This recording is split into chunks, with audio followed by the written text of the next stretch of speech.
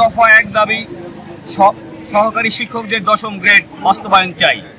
এই উপলক্ষে সারা দেশব্যাপী আজকে যে মানববন্ধন অনুষ্ঠিত হচ্ছে তারই অংশ হিসাবে আজ 10 মিনা উপজেলা পরিষদ চত্বরে 10 মিনা উপজেলার সহকারী শিক্ষক এবং প্রধান শিক্ষকরা এই মানববন্ধনে আজকে সমবেতভাবে উপস্থিত হয়েছে। আমি বক্তব্যের শুরুতে অত্যন্ত পরিতাপ এবং কষ্টের সাথে জানাতে চাই, গ্রাজুয়েশন এবং পোস্ট গ্রাজুয়েশন কমপ্লিট করে এই মহান পেশায় যাকে বলা হয় জাতি গড়ার কারিগর, সেই পেশায় অংশগ্রহণ করে আজ আমাকে রাস্তায় দাঁড়িয়ে বলতে হচ্ছে আমি আমার 10ম গ্রেড চাই।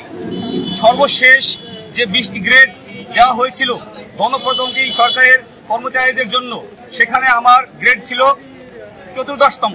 সেখান থেকে আমাকে সর্বশেষ 1 গ্রেড উন্নীত করে 13তম করা হয়েছে। বিষয়টি অত্যন্ত লজ্জার, এতটাই লজ্জার যে আজ সম্প্রতি কয়েকদিন আগে বলা হয়েছে, একজন সচিব মাননীয় সচিব মহোদয় বলেছেন 300 টাকা প্রস্তাব করা হয়েছে এবং তার অনুকূলে ব্যাখ্যা দেওয়া হয়েছে শিক্ষকদের জীবন মান এবং সম্মান বৃদ্ধি পাবে। আমি আজকে ব্যর্থহীন কণ্ঠে বলতে চাই, তার এই কথাটা সহকারী শিক্ষকদের সাথে, স্নাতক এবং স্নাতকোত্তর শিক্ষকদের সাথে তামাশা এবং ঠাট্টা করা ছাড়া আর কিছুই হতে পারে না।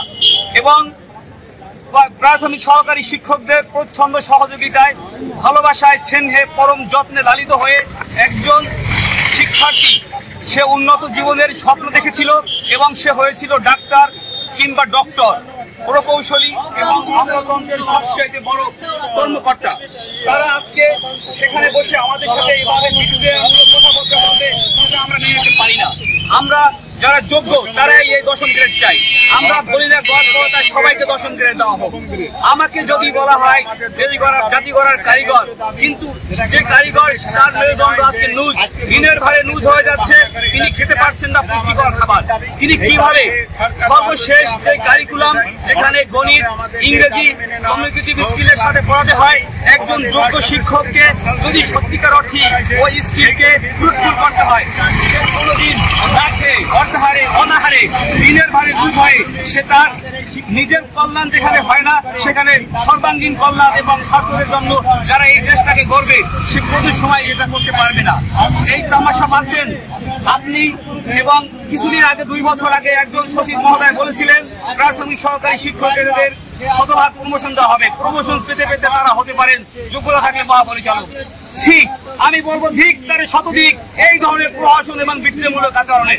আমি চাই আজ থেকে এই দেশের যারা টকশো করে বুদ্ধিজীবী, জ্ঞানী, গুণী, তারা যেন বাংলাদেশের ঠিক আছে সেই সব চ্যানেলগুলোতে তারা এই বিষয়ে আলোচনা করে যে কেন আমরা 10ম গ্রেড পাবো না। আমার 10ম গ্রেড যৌক্তিক অধিকার, প্রয়োজন হলে বাংলাদেশ টেলিভিশনে বিতর্কের আয়োজন করা হোক।